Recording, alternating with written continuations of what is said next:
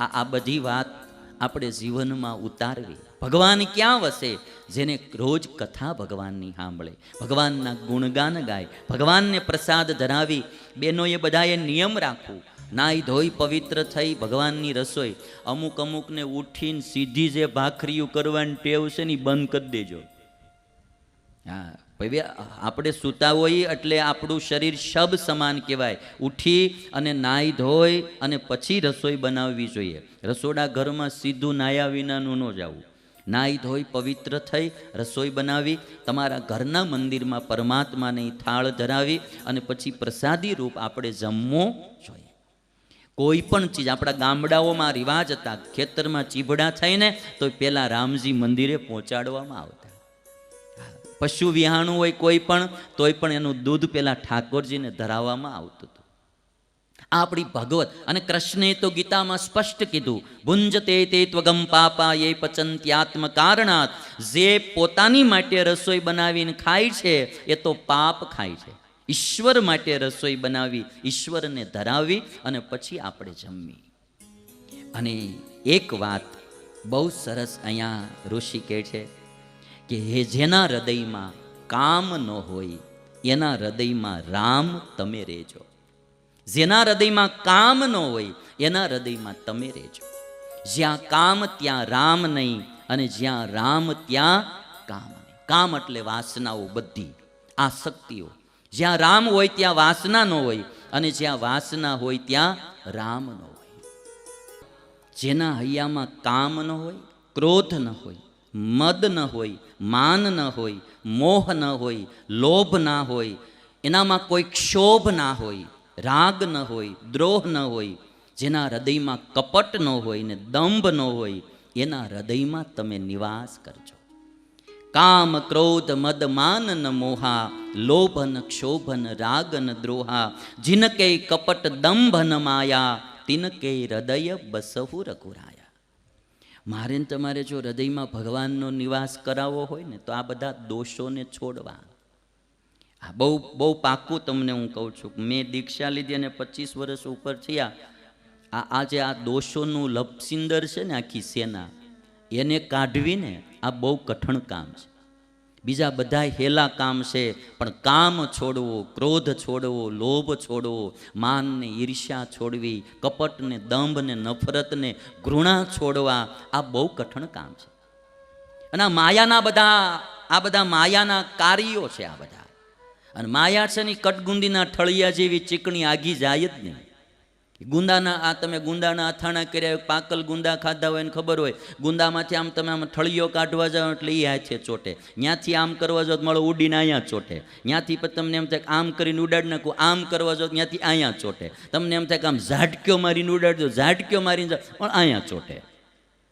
પણ એ ગુંદાનો ઠળિયો આઘો જાય જ નહીં. એમ માયા એવી છે. ઘણા ઘર છોડીને કદાચ સત્સંગમાં જાય, ત્યાં વળી પાછા રાગ દ્વેષને મારા તારી ગોતી લે. ત્યાં પાછા માન ને અભિમાન ને મારા ને તારી નિંદા ને ટીકાન. મૂળ તો માયાનું લફરું વાહેન, એને છોડતા શીખો. હું આવડા બધા મારા સંતોને કહું, ગમે એ થાય કોઈ દી ક્યાંય પક્ષીમાં પડવાનું નહીં, મારા તારીમાં પડવાનું નહીં, રાગ દ્વેષમાં પડવાનું નહીં.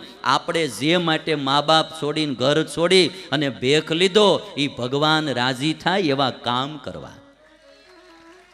એ રાજી થવો જોઈએ. આપણા સાધુતાના 30 ગુણ આપણામાં આવવા જોઈએ. અને સાધુતાના આ ગુણમાં પહેલી વાતો આવે, કામ નહીં, ક્રોધ નહીં, માન નહીં, ઈર્ષ્યા નહીં, રાગ નહીં, દ્વેષ નહીં. તમને બધાને બી મારે વિનંતી છે કે આ બધી માયાઓ છે ને એને ધીરે ધીરે છોડતા શીખવું. નહીતર પુનરપી જનનમ પુનરપી મરણમ પુનરપી જનની જઠરે શયનમ, વારે વારે પાછું આવવું પડશે. આ વખતે વળી નવસારીમાં આવ્યા છું, આવતી વખતે પાછું ચીખલીમાં આવશું. એટલે આમાં અહીંયા જન્મ મરણ જ્યાં સુધી નહીં છૂટે ત્યાં સુધી હક નહીં આવે. અને હવે પછીનો સમય ધીરે ધીરે છે ને આથી બહુ ભયંકર જ આવવાનો. આ મનુષ્ય દેહ કરીને અંતકાળ આવે ને, જેમ દાદા ભીષ્મની સામો ભગવાન ઊભો તો અને દાદા ધ્યાન કરતા કરતા ધામમાં ગયા, એમ આપણે ભગવાનના ધામમાં પહોંચાય એવું કરી લેવું. ચોટવું નહીં આ દુનિયામાં ક્યાંય. આમ જરાક વિરક્ત જીવન જીવતા શીખવું. જે કર્તવ્ય હોય કરવાનું, પણ એમ ખબર પડે કે આજ આપણો દેહ પડવાનો છે તો ક્યાંય વૃત્તિ ચોટવી ન જોઈએ. અને તમે બધા બહેનોને ખાસ ખબર હોય, ચોટે ને એટલું ગંધાય. આ ખીચડી ચોટે તોય ગંધાય, દાળ ચોટે તોય ગંધાય, પુડલા કરતા હોયની ચોટે એટલે ગંધાય. એટલે તો આ નોન સ્ટિક બધી નથી ઓલે તવાઓ લાવવા પડતા, ચોટવું ન જોઈએ. ચોટે એટલું બગડે અને ચોટે એટલું ગંધાય. એમ આ પૃથ્વીમાં આપણું ચિત્ત ક્યાંય પણ વાસનામાં ચોટે એટલે એટલું બગડે અને એટલું ગંધાય. વિરક્ત જીવન થોડુંક જીવવું જોઈએ. આ દુનિયામાં કોઈને જેટલો વિરક્ત માણા સુખી હોય ને એ રાગી નથી થતો. અને એટલા માટે કોઈ કવિએ બહુ સરસ પંક્તિ લખી કે જિંદગીને મોત વચ્ચે દોડતી આ ઝંખના, રોજ મારા કાળજાને કોરતી આ ઝંખના. ઝંખના એટલે વાસના, રાગ. એકાદા કોઈ પુરુષમાં સ્ત્રીમાં રાગ થઈ ગયો હોય પછી જોજો મુરઝાઈ ગયેલા, આમ લંઘાઈ ગયેલા રીંગણા જેવો બેઠો હોય.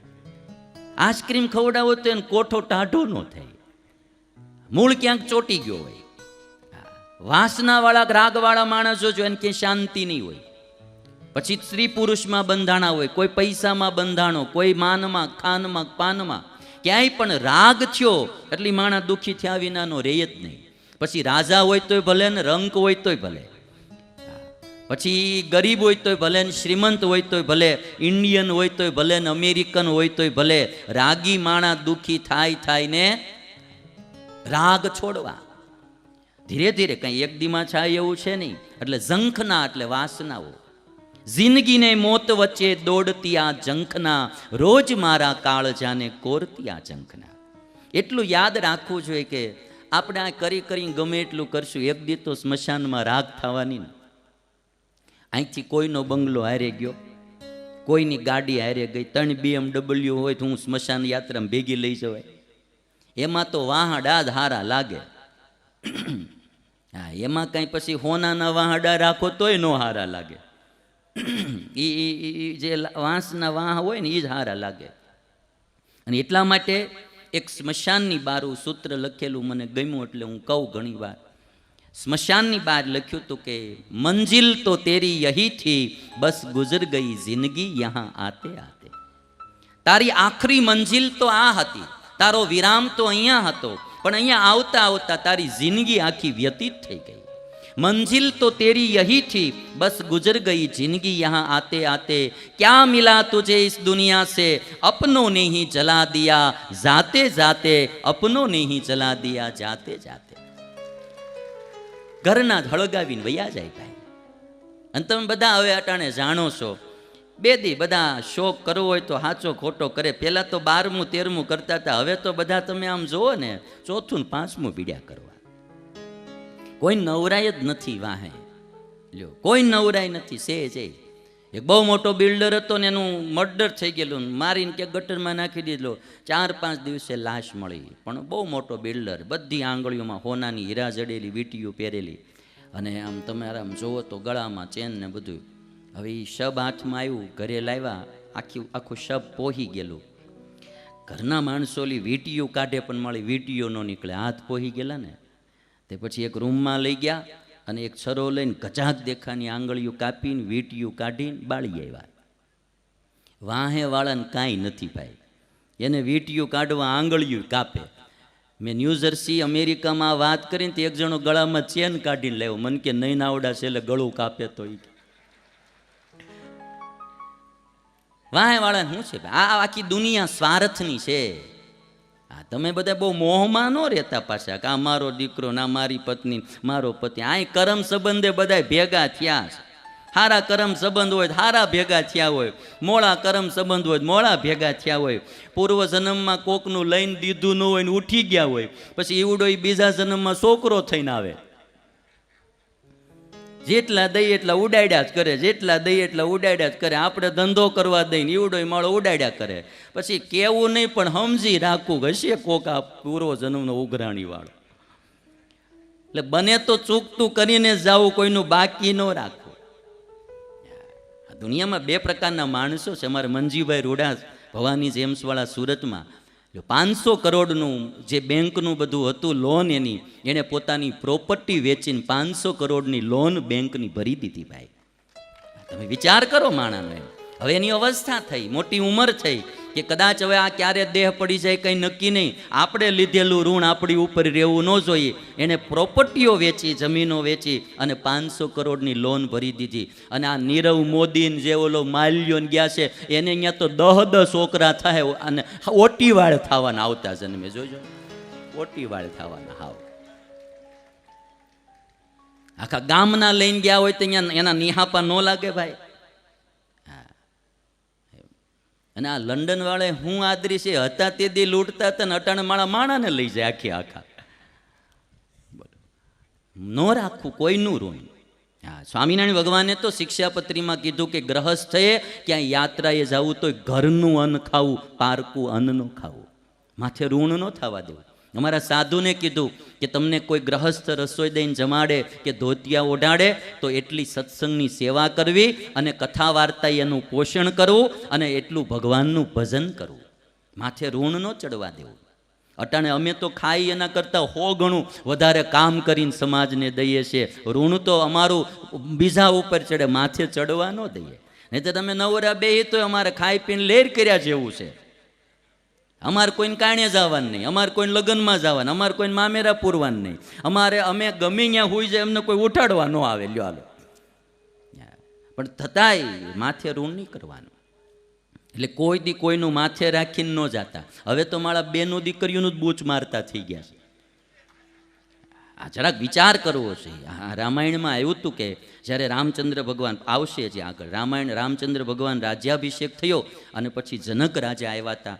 રાજા ગાદી બેઠા એટલે રામચંદ્ર ભગવાન બધાને ભેટ આપતા હતા. જનકને ભેટ આપી જનક રાજાએ ના પાડી દીધી કે દીકરીનું લેવાય નહીં, દીકરીને દેવાય. આ રામાયણમાં લખ્યું છે. અને જ્યારે ભરતના મામા હતા અને એ આવ્યા હતી, એને રામચંદ્ર ભગવાને ભેટ દીધી તો ભરતના મામાએ ના પાડી કે બેનને દેવાનું હોય, બેનનું લેવાનું. અને હવે આપણો સમાજ કેટલો ઉતરતો થઈ ગયો. બેનું પાસેથી વ્યાજે ઓછીના પૈસા લઈએ ને પછી માળો મારે બૂચ. દીકરીઓ ના લઈએ હવે, કારણ કે પારકા કોઈ દેતા નથી. એટલે ઘરના લઈ હાળાના બનેવીના હાળીઓના લઈને બૂચ મારી દે. હવે કાલે ઉઘરાણીયું કડક કરે, સંબંધ બગડે. હા, બહુ બધું. એટલે વ્યાજે પૈસા દેવામાં ધ્યાન રાખજો. હા, બહુ આમાં ધર્મ કરતા ધાડ પડે એવું થઈ ગયું છે ટાણે. એટલે આ ઝંખનાઓ થોડીક છોડવી, વાસનાઓ થોડીક છોડવી. અટાણે દેશ આખો સુખી થયો છે પણ આ બધી વાસનાઓને લઈને દુઃખી છે. પહેલાંના ગામડાના માણસોને કાંઈ નહોતું તોય આનંદથી જીવન જીવતા હતા. અને અટાણે આપણે કેટલું છે તોય વાસનાને લઈને. એટલે આ પંક્તિ છે ને, જિંદગીને મોત વચ્ચે દોડતી આ ઝંખના, રોજ મારા કાળજાને કોરતી આ ઝંખના. હૃદયને આમ નકરું કોર્યા કરે. વાસનાઓ છે ને, કોઈનામાં આસક્તિ થઈ એ માણસને દુઃખી કર્યા કરે. અવનવા એ રૂપ સજાવે ને રંગ બદલે રાતમાં. વાસનાઓ છે ને રાતમાં રંગ બદલે. આજ આની કાલ્યોની એક ટાળો ત્યાં બીજી ઊભી થાય, બીજી ટાળો ત્યાં ત્રીજી ઊભી થાય. અવનવા એ રૂપ સજાવે ને રંગ બદલે રાતમાં, ઝેર જીવનમાં સદાય ગોળતી આ ઝંખના, ઝેર જીવનમાં સદાય ગોળતી આ ઝંખના. વાસના જીવનને ઝેર રૂપ બનાવી દે.